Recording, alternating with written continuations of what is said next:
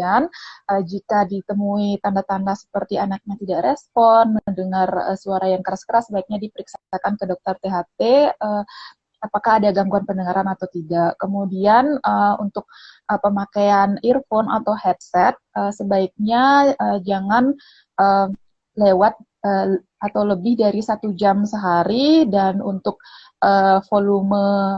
volume headsetnya jangan melebihi dari 60% ya dokter ya. Kemudian Kemudian jika bayi moms ada yang prematur seperti itu, sebaiknya segera diperiksakan untuk men-screening ada gangguan pendengaran atau tidak. Kira-kira seperti itu yang bisa saya simpulkan, dokter. Ya, oke. Mungkin ada take home message atau pesan di dokter Christina untuk para mom semua yang di rumah. Silakan, dokter. Paling take home message-nya ya dari diskusi kita yang nomor 1 adalah lebih baik tidak membersihkan telinga sendiri, apalagi menggunakan cotton bud itu. Karena kan itu sering sekali ya dokter Dayu, mungkin saya kayak lebih ngingetin lagi ke mom semua. Karena Betul. Ya seperti yang tadi kita bahas, ada bahayanya, ada sisi yang kurang baiknya. Terus yang kedua, pantau terus tumbuh kembang anaknya. Jadi tidak hanya kalau ke dokter anak kan pasti ya ditimbang, diukur lingkar kepalanya, tinggi badannya berapa. Tidak hanya perkembangan fisik, tapi juga perhatikan perkembangan yang apa ya saya bilang ya, perkembangan bicara dan bahasanya itu juga penting. Kalau saya Bicara. di THT Ya, lebih ke betul banget. lebih ke aspek itu ya jadinya ya. Kalau yang aspek lain nanti Iya. saya jelaskan sendiri.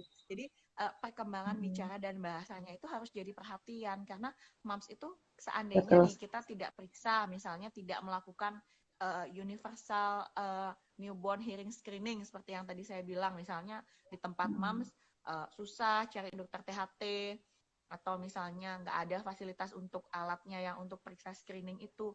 Jadi ya dipantau tumbuh kembang bicara bahasa dan bahasanya itu mungkin bisa sambil ngobrol sama dokter anaknya saat datang imunisasi, karena kan bayi itu walaupun dia belum bisa ngomong ada tahapannya, jadi dia cooing dulu ya dokter Dayu ya, kapan dia Betul babbling. banget. Nah Babbling. Ya.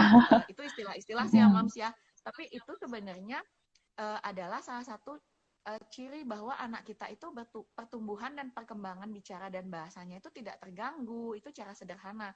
Jadi mams bisa harus tahu kapan anaknya harus bisa babbling, kapan anaknya sudah mulai bisa meniru, kapan dia mulai kayak mengucapkan kata yang nadanya sama, misalnya baba ya seperti itu. Itu bisa sambil diskusi sama dokter anaknya, kayak umur segini anak saya harusnya bisa apa. Jadi itu juga harus menjadi awareness dari mom semua, karena kita harapannya kan anak kita mempunyai kesehatan pendengaran yang